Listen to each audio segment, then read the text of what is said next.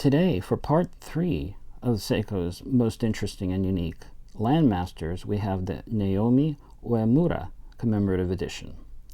Now, the past two models I talked about also had the names or links to Japanese adventurers, the difference being the prior two are still living.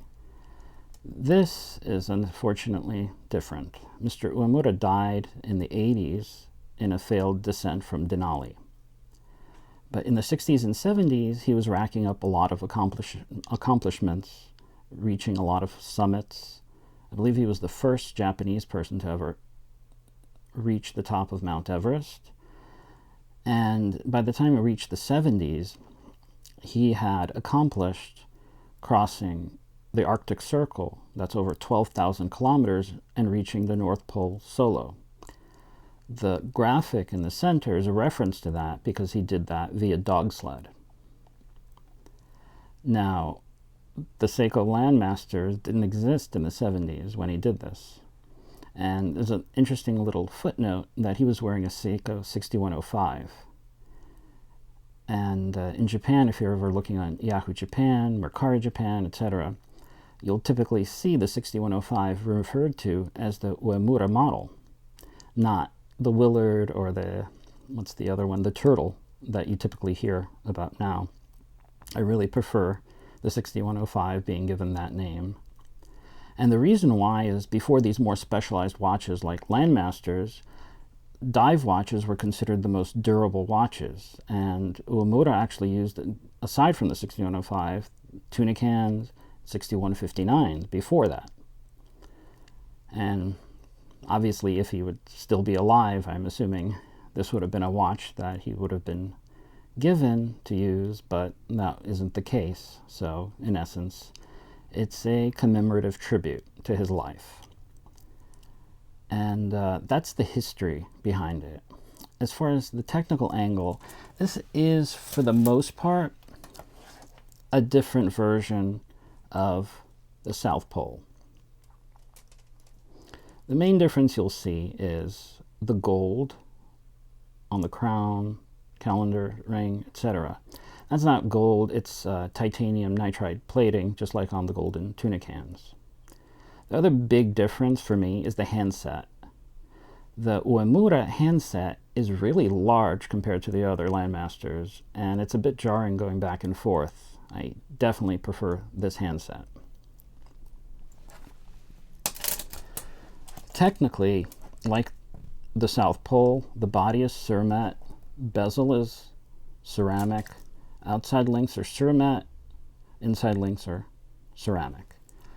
Other weird thing it has that I wanted to mention is this ribbed ring, I guess. Typically, in most watches, even the South Pole, where the bezel attaches is a permanent part of the case. This is clearly not that. I don't know what material this is. I'm assuming perhaps cermet or ceramic. I don't know. But it really stands out because it's a different color. Since I've never found any reference to it, I just don't know. I've not had any need to pull this one apart as the capacitor has already been replaced. So with the material out of the way, we have the handset, we have the detailed dial, which again is the Arctic Circle. It says North Pole on the crystal, presumably because they couldn't fit it on the dial. And this, like the South Pole before it, has a really, really detailed dial. And it's so interesting because in a certain light, this is just a black watch, but when you look carefully with good light, it has an incredible amount of depth, which is a really, really interesting feature, where it's basically, it's a watch that doesn't normally stand out, but it can with the right light. The GMT hand runs 24, runs clockwise, unlike the South Pole. The kinetic movement is an updated 5M65, so it has a longer power reserve. But for the most part, aside from the aesthetics, this is very similar to the South Pole. And This too is a limited edition, this time out of 700, as compared to the South Pole, which was a limited edition out of 800.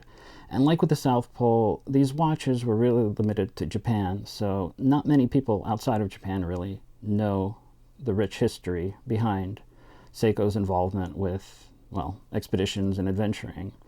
And it really is a shame, because even nowadays, I see Seiko's touching upon Uemura with some 6105 reissue, but it's really a shame they couldn't market things like the older Landmaster outside of Japan, because it really is a wonderful, wonderful watch that's, I think, greatly underappreciated.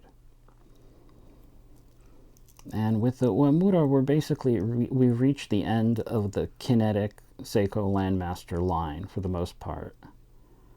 There were some interesting spring drive interpretations, but as far as kinetics, this was the last really interesting and unique watch. And that's about it for this video. And as usual, thanks for watching.